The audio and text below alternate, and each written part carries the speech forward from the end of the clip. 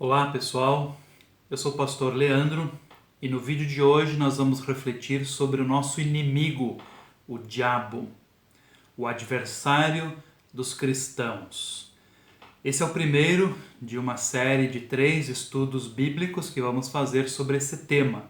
Portanto, acompanhe esse vídeo até o final e também os outros 2 que faremos sobre esse mesmo tema, o diabo, o adversário dos cristãos.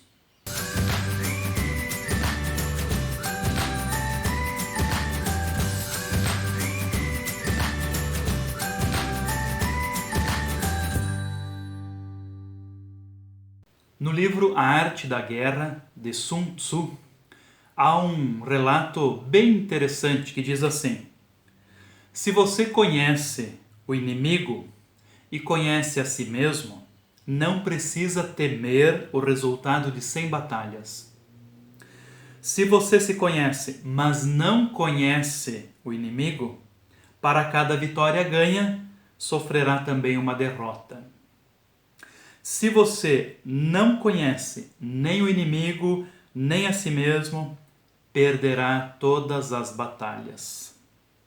Essa citação se refere à importância de conhecer o inimigo numa guerra física. No entanto, também se aplica para nós cristãos. Podemos dizer que, sim, nós estamos em guerra. Observe que o apóstolo Paulo escreveu em Efésios capítulo 6, versículo 12. Porque a nossa luta não é contra o sangue e a carne, e sim contra os principados e potestades, contra os dominadores deste mundo tenebroso, contra as forças espirituais do mal nas regiões celestes. O apóstolo, portanto, deixa claro que a nossa luta existe, mas ela é espiritual, não é contra carne e sangue, não é contra outra pessoa, contra o nosso vizinho, contra familiares, mas é contra as forças do mal, as forças espirituais do mal. Esse princípio de conhecer o adversário também se aplica, por exemplo, no esporte. Quando uma equipe estuda muito bem o seu adversário, quais os principais jogadores, quais os pontos fracos, quais as jogadas ensaiadas e assim por diante. Podemos dizer que quanto mais uma equipe estuda o seu adversário, melhor ela vai ao jogo. Às vezes pode acontecer que uma equipe subestime o seu adversário. Pense que o jogo será fácil, será moleza. Não se preocupe com o adversário. Não estude o adversário. E aí acontece que, numa partida em que essa equipe seria a favorita, ela acaba sendo derrotada porque subestimou o seu adversário. O mesmo princípio vale para nós. Nós precisamos conhecer o nosso adversário. Precisamos observar como o diabo age, quais são as suas estratégias, as suas ciladas, porque nós queremos sair vitoriosos desse confronto. Lutero disse certa vez: pela graça de Deus, conheço bastante a Satanás. Percebam que Lutero reconhecia como uma graça de Deus conhecer muito bem o seu inimigo, o seu adversário. Pela graça de Deus, conheço bastante a Satanás.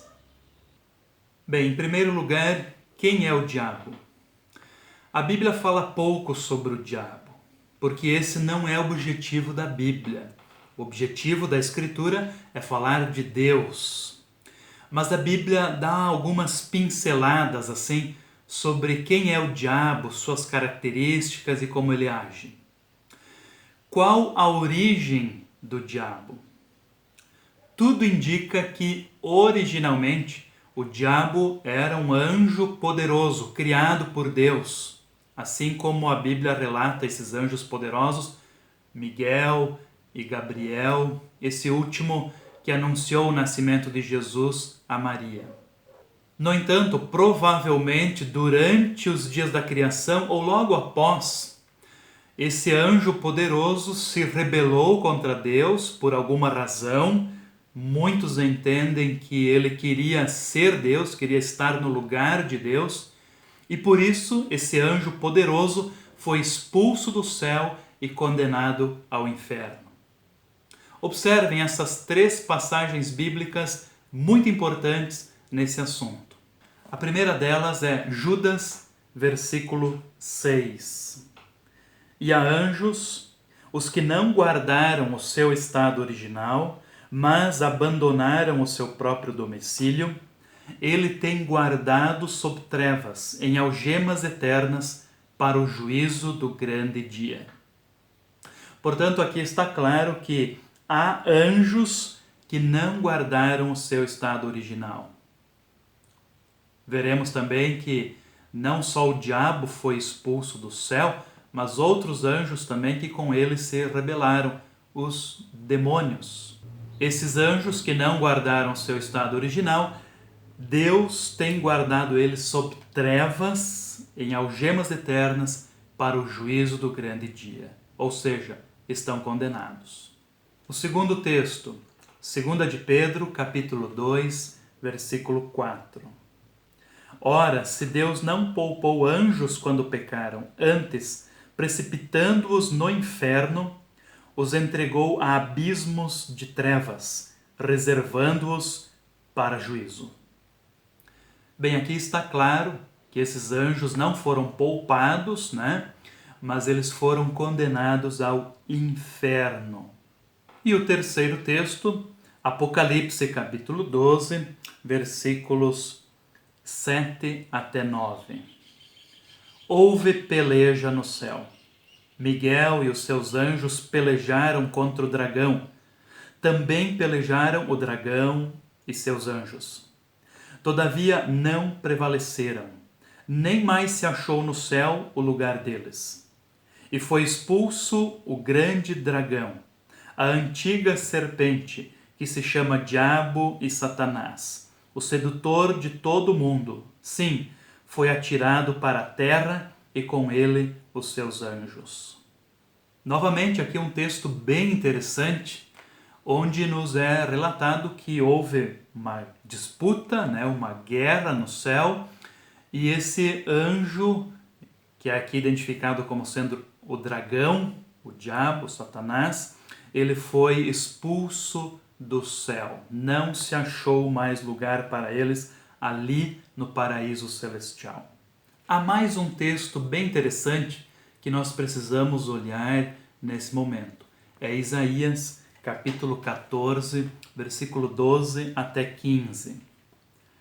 Como caíste do céu, ó estrela da manhã, filho da alva, como foste lançado por terra, tu que debilitavas as nações.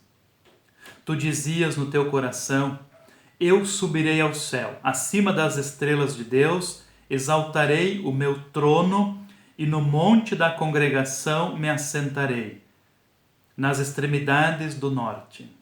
Subirei acima das mais altas nuvens e serei semelhante ao Altíssimo.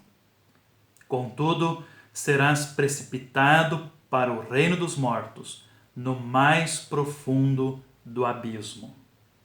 Muitos estudiosos dizem que esse texto se refere ao rei da Babilônia.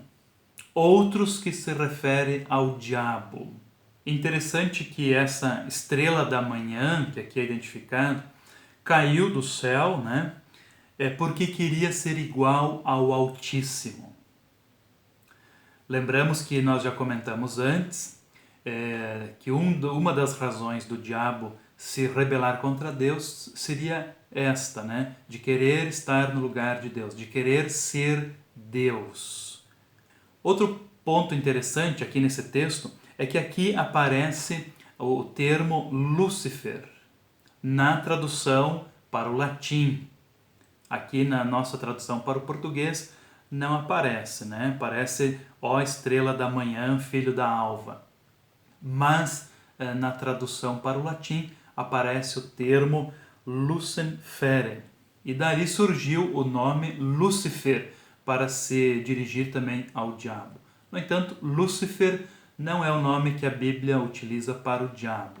A Bíblia utiliza apenas 2 nomes, Satanás ou diabo. Satanás significa adversário.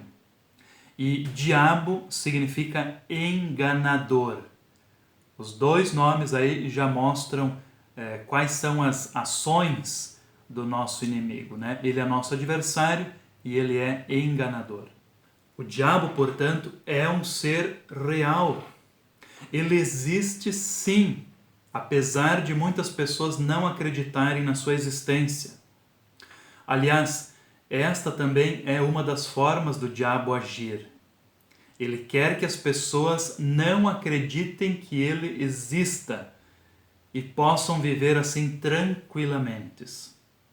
Voltando à ilustração inicial do nosso estudo, quando falamos sobre a guerra, né, a importância de conhecer o inimigo e tal, uma das estratégias militares é a camuflagem.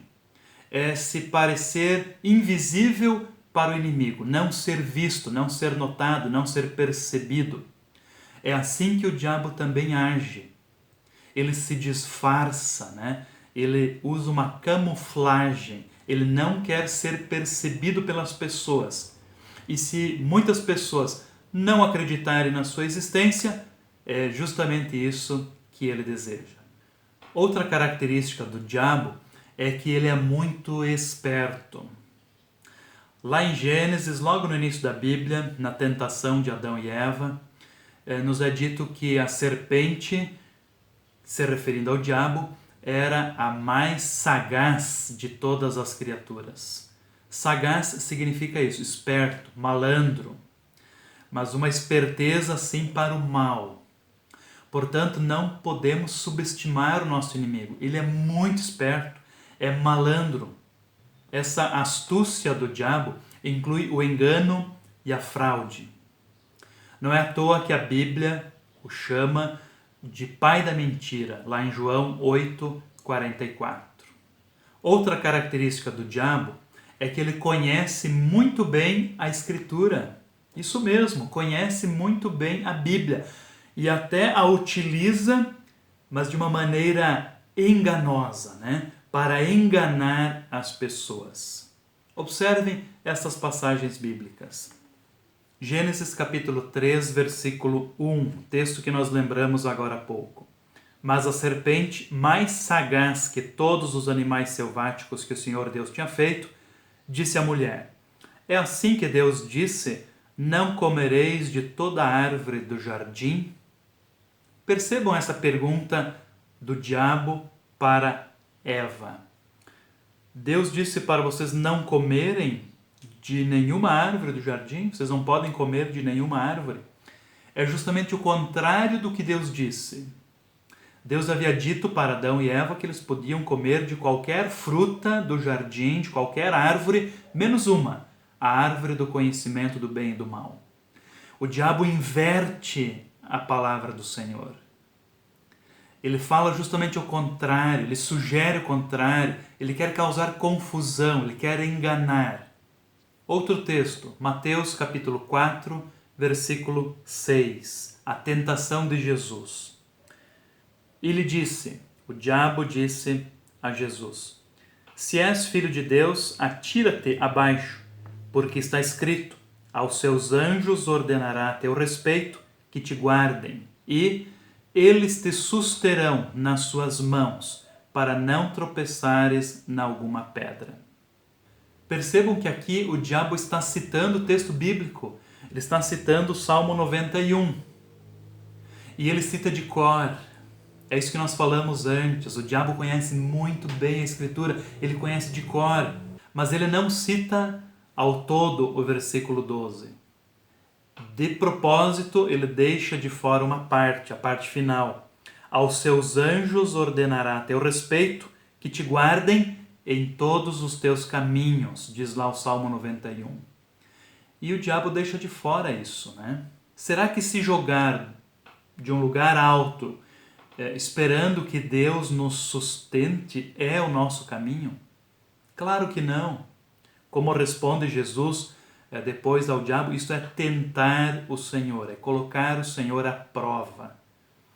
Mas o diabo é esperto, né? Ele deixa de fora essa parte, em todos os teus caminhos. E o outro texto, 2 Coríntios capítulo 11, versículo 14. E não é de admirar porque o próprio Satanás se transforma em anjo de luz. Ou seja, o diabo se mostra, se apresenta como sendo algo bom, um anjo de luz, mas que na verdade não é.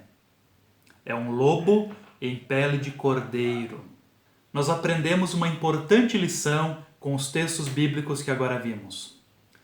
Um dos objetivos do diabo é distorcer a palavra de Deus. É dar um sentido diferente e novo para aquilo que Deus queria originalmente.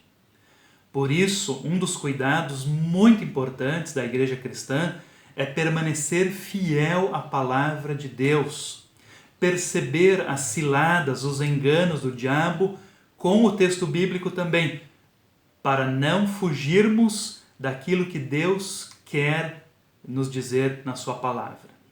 Outro ponto importante para a nossa reflexão é o fato de que o diabo conhece Deus.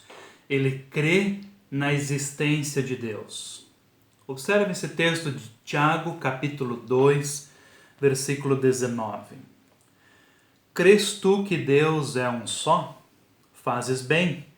Até os demônios creem e tremem. Crê na existência, né? O diabo crê na existência de Deus. Outro texto interessante é Mateus capítulo 8, verso 29, quando Jesus se encontra com os endemoniados gadarenos. E diz assim: E eis que gritaram: Que temos nós contigo, ó Filho de Deus? Vieste aqui atormentar-nos antes do tempo? Percebam que esses endemoniados reconhecem quem é Jesus. É o Filho de Deus. Portanto, o diabo crê na existência de Deus, ele conhece Deus, ele conhece Jesus. No entanto, o diabo não confia em Deus. Crer na existência é uma coisa, confiar é ir além, é se entregar nas mãos de Deus. Aqui nós aprendemos mais uma importante lição. Somente o fato de nós acreditarmos na existência de Deus, de Jesus, do Espírito Santo, isso não é suficiente para a salvação de ninguém. Uma fé apenas na existência é a mesma fé que o diabo tem. Apenas crermos que Deus existe não resolve a nossa situação. É preciso confiar em Deus também. É preciso ir além. É preciso crer na existência de Deus, sim, mas também confiar que Ele é o nosso Salvador, que em Jesus temos o perdão dos pecados, que Deus nos ama e por causa do seu amor Ele nos salva, Ele nos cuida, Ele está conosco. É preciso se entregar nos braços de Deus, confiar plenamente nele. Bem, no estudo de hoje nós vimos vários aspectos importantes do nosso inimigo. A sua origem, provavelmente um anjo poderoso criado por Deus, mas que por alguma razão foi expulso dos céus e condenado ao inferno. Vimos também algumas características do diabo, entre elas, ele conhece muito bem a palavra de Deus, mas a utiliza para enganar, especialmente os cristãos. Vimos também que ele crê na existência de Deus, mas não pode confiar em Deus. Nós temos ainda 2 outros estudos pela frente sobre o mesmo tema, para nós conhecermos cada vez melhor também o nosso adversário, o nosso inimigo. Afinal, queremos estar cada vez mais preparados para essa guerra, a guerra contra as forças espirituais do mal. Ficamos por aqui com o nosso vídeo. Desejo a bênção de Deus a você e a sua família e até o próximo vídeo. Um abraço em Cristo.